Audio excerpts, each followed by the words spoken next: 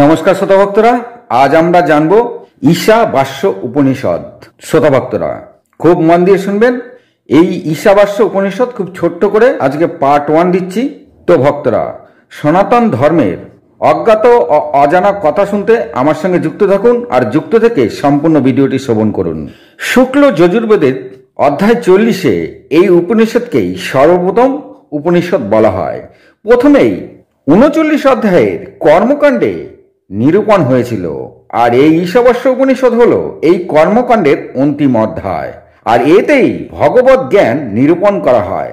আর এই কর্মকাণ্ডের সর্বপ্রথম মন্ত্রতেই ঈশাবাস্য বাক্য দিয়ে শুরু হওয়াতে এই উপনিষদের নামই ঈশাবাস্য উপনিষদ হয়ে গিয়েছিল বা বলা হয়ে থাকে। তো ভক্তরা খুব মন দিয়ে শুনবেন। অখিল ব্রহ্মাণ্ডে যা কিছু বস্তু আছে এই সমস্ত কিছু ঈশ্বর দ্বারা ব্যাপ্ত হয়ে আছে। এই ঈশ্বরকে মনে রেখে সমস্ত কিছু ভোগ করা, কর্ম করা উচিত। কিন্তু কোনো ভোগ্য বস্তুর ওপর আসক্ত হইও না। ধন অর্থ এটিও একটি ভোগ্য বস্তু, কিন্তু এই ধন আসলে কার? ভক্তরা একটু মন দিয়ে শুনবেন। এই ধন বা অর্থ কি আপনার? আপনি এটি অর্জন করেছেন, কিন্তু তবে এটি পূর্বে অন্য কারো ছিল?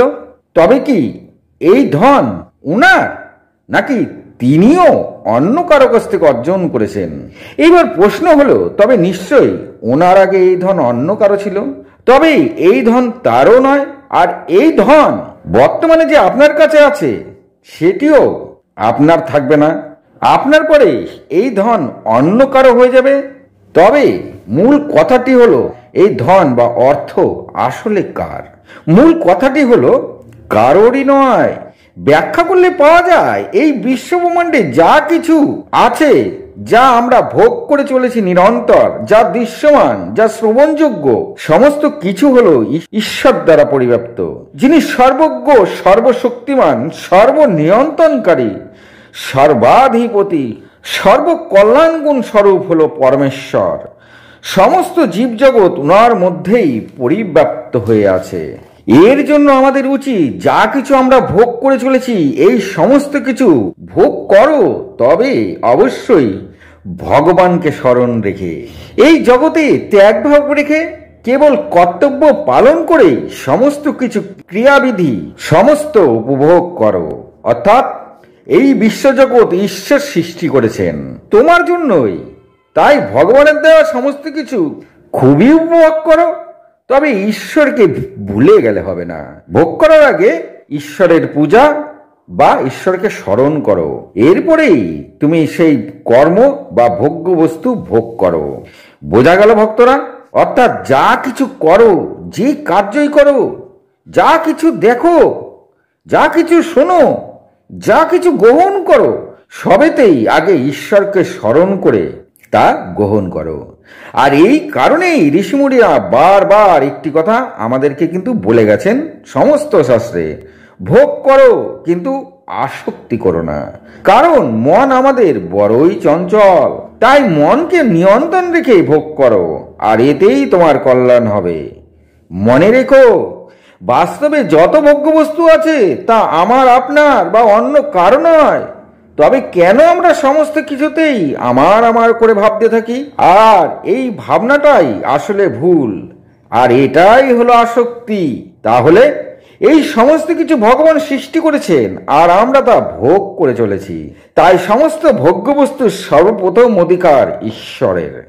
এর জন্য সমস্ত কিছু ভোগের আগে ঈশ্বরের চিন্তন করতে হবে, তাকেই স্মরণ রেখে সমস্ত বস্তু ভোগ করার পূর্বে ভগবানকে নিবেদন করতে হবে, তারপরেই তা ভোগ করতে হবে বা গ্রহণ করতে হবে। আর এই জগৎ সংসারে যখন তোমার জন্ম হয়েছে, তবে সর্বপ্রথম ভাবতে হবে আমায় 100 বছর বাঁচতে হবে, আর তাকে মাথায় রেখে সমস্ত কর্ম শাস্ত্র নিয়ম অনুসারে আমাদের জীবন পরিচালিত করতে হবে। আর এইভাবেই মানুষকে যার যার নিজের নিজের জীবন পরিচালিত করে ত্যাগ ভাব রেখে ঈশ্বরের আরাধনা করে জীবনের অন্তিম সময় পর্যন্ত ভগবানকেই স্মরণ রেখে জীবন উপভোগ করতে হবে। কিন্তু এরকম ভাবে না চললে সারা জীবন দুঃখ কষ্ট রোগ ভোগ জর্জরিত হয়ে থাকবে। জীবনের অন্তিম কাল উপস্থিত হবে যেখানে ঈশ্বরের কোনো জায়গা নেই। আর ঈশ্বরের কাছে যেতে হলে ঈশ্বরের দেওয়া নিয়ম পালন করতে হবে। হরে কৃষ্ণ। কিন্তু ভক্তরা, কতজন আছে এই বিশ্বে যারা ঈশ্বরের নিয়ম বিধি মেনে চলে? তাই জন্ম মৃত্যুর চক্র চলতেই থাকে, আর তিনি তার কর্ম করেই চলে, যতদিন না সে উপভোগ করবার পূর্বে ঈশ্বরকে স্মরণ করেন। তাই কেহ কর্ম থেকে মুক্ত নয়। তো সদাভক্তরা, ব্যাখ্যার মাধ্যমে আমরা এই ব্যাপারটা বুঝে নেই। অর্থাৎ এই বিশ্বজগতের একমাত্র কর্তা, ধর্তা, হর্তা, সর্বশক্তিমান, সর্বময় পরমেশ্বর সবকিছু তারই মনে করে, সৎভাবে সৎ চিন্তন করে, তারই পূজা আরাধনা করে শাস্ত্রের নিয়ম অনুসারে আচার আচরণ করতে হবে, যাতে আমি 100 বছর জীবন ধারণ করতে পারি। আর এইভাবেই সারা জীবন ঈশ্বরের নামে নিজেকে সঁপিয়ে দিতে হবে। এমন ভাবে যদি আমরা ভাবতে পারি, বা তুমি যদি এমন ভাবে ভাবো যেন তোমার জীবন, তোমার জন্ম সব ঈশ্বরের ইচ্ছাতেই হয়েছে, তাই পুরো জীবন ঈশ্বরের নামে তুমি নিজেকে সঁপে দাও, আর ঈশ্বরকে বারবার ধন্যবাদ জ্ঞাপন করো। মনে মনে বলো, হে প্রভু, এই জীবন আপনারই দেওয়া, এই সমস্ত বস্তু কর্মকাণ্ড সবই আপনার, তাই সমস্ত ভোগ্য বস্তু সবই আপনার, তাই আমার জীবনের সমস্ত কর্মই হবে আপনার জন্য, কিছুই আমার নয়। হে প্রভু, আপনাকে অশেষ ধন্যবাদ। যত ভোগ্য বস্তু সবই আপনার, আমি তো ভোগ করতে আসি নাই। তো ভক্তরা, বোঝা গেল? এমন ভাবে চললে তোমার মন কোনো বস্তুতেই আসক্তি হবে না, কোনো বন্ধনও মন কখনো জড়াবেই না, তুমি হবে মুক্ত। তাই কর্ম করলো কোনো কর্মতে ভোগ বা আসক্তি থাকবেই না, আর এটাই হলো একমাত্র পথ। এইভাবেই কর্ম থেকে মুক্ত হয়, অর্থাৎ বারবার জন্ম হয় আর কর্মকাণ্ড চলতেই থাকে। এই কর্ম থেকে মুক্তি তখনই হবে যখন আসক্তি কোনো কিছুর উপরেই আর থাকবে না। কিন্তু যদি জীবন পাবার পর ঈশ্বরকে ভুলে নিজের ইচ্ছা মতন চলো, কোনো নিয়ম মান্য না করো, তবে কর্মের মধ্যে বিভেদ সৃষ্টি হয়, আর এই কারণে জন্ম মৃত্যুর চক্রে কখনো তুমি অসুরজনিতে, কখনো বা নরক যন্ত্রণা ভোগ করতে হবে।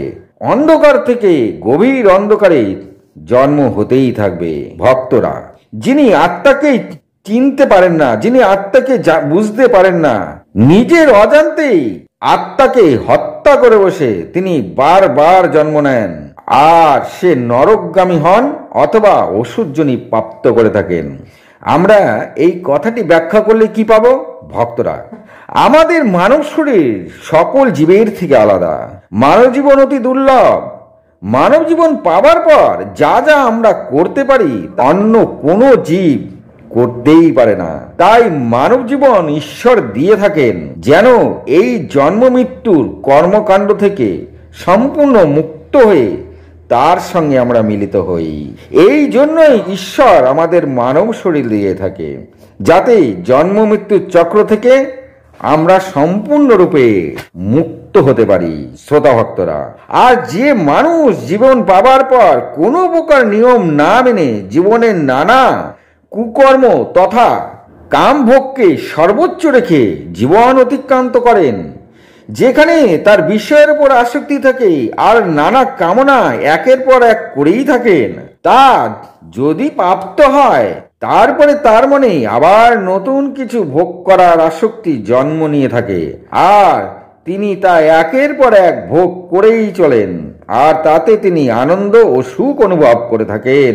তিনি কিন্তু বাস্তবে আত্মাকে হত্যা করে থাকেন। বোঝা গেল শ্রোতা ভক্তরা? যে ব্যক্তি জীবনে জন্ম নেওয়ার পরে ভগবানকে ভুলে কর্ম করে অর্থ উপার্জন বা যাই করুক একের পর এক তিনি ভোগ করেন এবং প্রাপ্ত করেন, প্রাপ্ত করার পরে নতুন ইচ্ছা জন্ম নেয়, আবার তাও প্রাপ্ত করেন, এইভাবেই ভোগ্য বস্তুকে ভোগ করেন, আর তাতেই তিনি আনন্দ ও সুখ অনুভব করে থাকেন। শাস্ত্রে বলা হয়েছে তিনি বাস্তবে নিজের আত্মাকেই হত্যা করে থাকেন, কারণ এইভাবে যিনি নিজের আত্মাকে পতন ঘটান তিনি শুধুমাত্র নিজের জীবনকে ব্যর্থ করছেন না, তার সাথে নিজের জীবনকে আরো বেশি কর্মবন্ধনে জড়িয়ে ফেলেছেন। এই রকম কামভোগ পরায়ণ ব্যক্তির ইচ্ছার পর ইচ্ছা প্রকাশ হতেই থাকে। তাতে সামনে যেই থাকুক বা যত পাপী হোক, তিনি সেদিকে ভ্রুক্ষেপ করেন না। তার চাই নাম, যশ, বৈভব আর ঐশ্বর্য। আরো চাই সবকিছু আমার অধিকারেই থাকুক। এই রকম ব্যক্তিরা জানেন না একদিন তার মৃত্যু হবে, কোনো কিছুই আর তার থাকবে না, আর তিনি বারবার জন্ম নিয়ে নিজ থেকে নিজ যোনি প্রাপ্ত করতেই থাকবেন। শুধু তাই নয়, ভয়ানক নরক যন্ত্রণা ভোগ করে অসুর যোনি প্রাপ্ত করে থাকেন। সমস্ত অসুর যোনির ব্যক্তিরা পুনরায় নরক যন্ত্রণা ভোগ করে থাকেন, আর তারপরেই তারা নানা রকম কীট পতঙ্গ জনিতে জন্ম নিয়ে থাকেন। বোঝা গেল শ্রোতা ভক্তরা? অর্থাৎ আমাদের এই মানব জীবন অতি দুর্লভ। তাই কোনো কিছু ভোগ উপভোগ করবার পূর্বে বা কোনো কিছু গ্রহণ করবার পূর্বে ভগবানকে স্মরণ করুন। চোখ ভগবান দিয়েছে ভগবানকে দেখবার জন্য, কান দিয়েছে ভগবানের কথা শুনবার জন্য, মুখ দিয়েছে ভগবানের কথা বলবার জন্য, আর জীব দিয়েছে ভগবানের ভোগ্যবস্তু ভোগ করবার জন্য। তবে এই সব করার পূর্বে ভগবানকে স্মরণ করতে বলেছে। অর্থাৎ আপনি যা কিছু ভোগ করুন তা যেন শাস্ত্র বিধি নিয়ম অনুসারে হয়, আর চেষ্টা করতে বলেছে 100 বছর জীবিত থাকার। শ্রোতা ভক্তরা, যদি আসক্তি না থাকে কোনো কিছুর ওপর, তবেই আপনি পরমাত্মার সঙ্গে মিলিত হতে পারবেন। আজ এই পর্যন্তই। যদি ভালো লাগে একটি লাইক, একটি সাবস্ক্রাইব করে দেবেন। ভালো থাকুন, সুস্থ থাকুন, নমস্কার। আর পরবর্তী দ্বিতীয় ভাগ আমি নেক্সট দিন দেব, অবশ্যই মন দিয়ে শ্রবণ করবেন। ভালো থাকুন, সুস্থ থাকুন, নমস্কার।